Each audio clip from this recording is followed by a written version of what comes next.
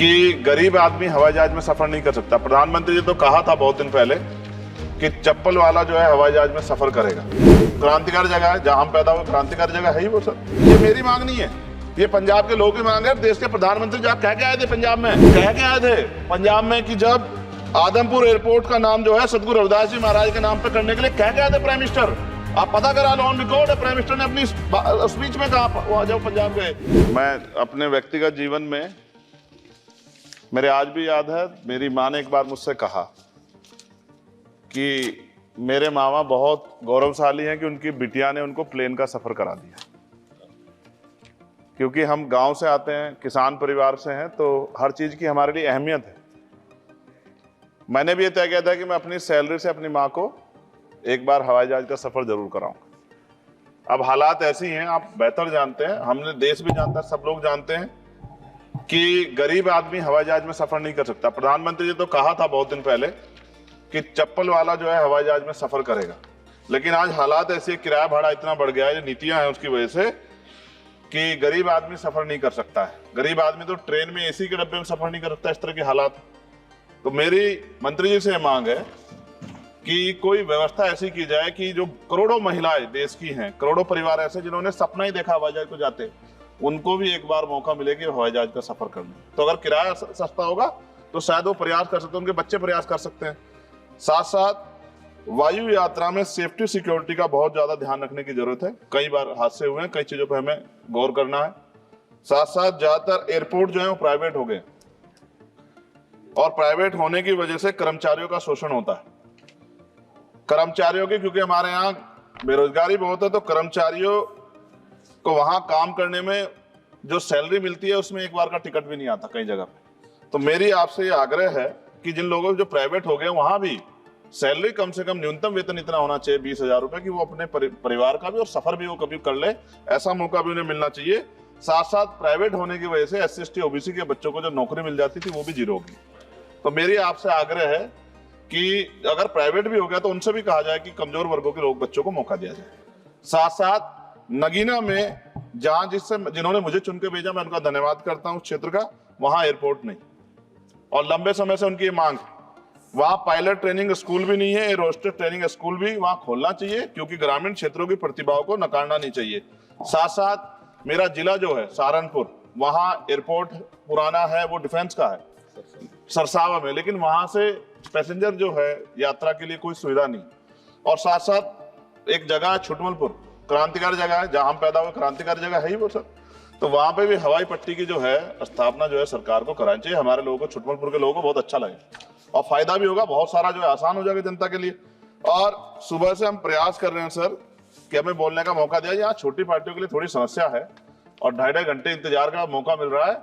मैं भाजपा के साथियों को याद दिलाना चाहता हूँ, एक समय था कि आप में भी 2 मेंबर ऑफ पार्लियामेंट थे, आज आपकी सरकार है, आपको तीसरी चौथी बार मौका मिला है।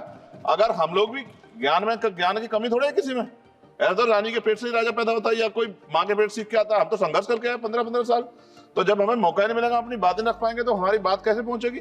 साथ साथ मेरा आपसे आग्रह है, ये मेरी मांग नहीं है, ये पंजाब के लोगों की मांग है। देश के प्रधानमंत्री जब कह के आए थे पंजाब में, कह के आए थे पंजाब में कि जब आदमपुर एयरपोर्ट का नाम जो है सतगुरु रविदास जी महाराज के नाम पे करने के लिए कह के आए थे प्राइम मिनिस्टर।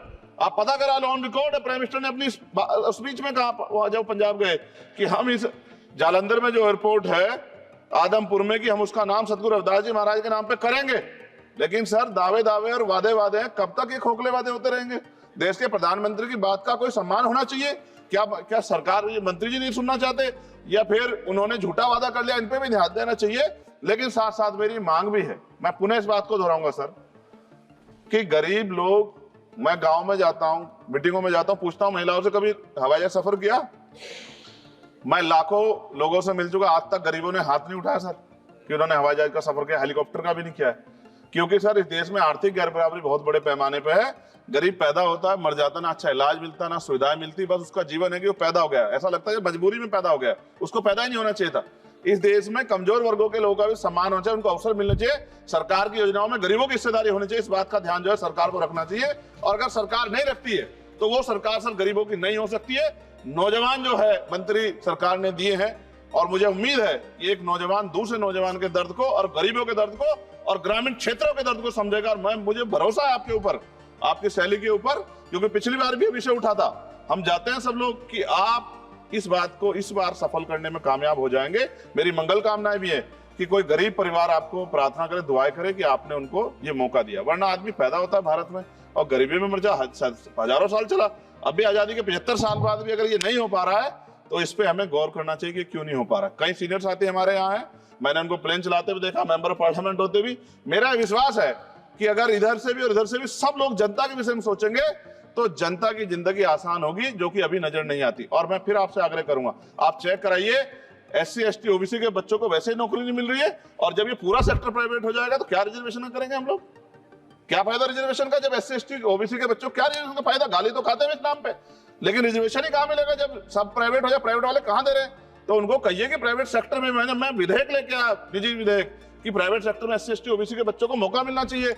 सुप्रीम कोर्ट का एक ऑर्डर आज चर्चा हुई इसमें कि भाई क्रिमिलेयर होगी। कितने अरबपति बने आप लोग? कितने लोगों पे हवाई जहाज बताइए? SC ST के लोगों पे कितने लोगों पे हेलीकॉप्टर बताइए? आप कुछ नहीं है आपके पास आंकड़े। सब लोग मिलकर गरीबों को चलना चाहते हैं, ये गलत है सर।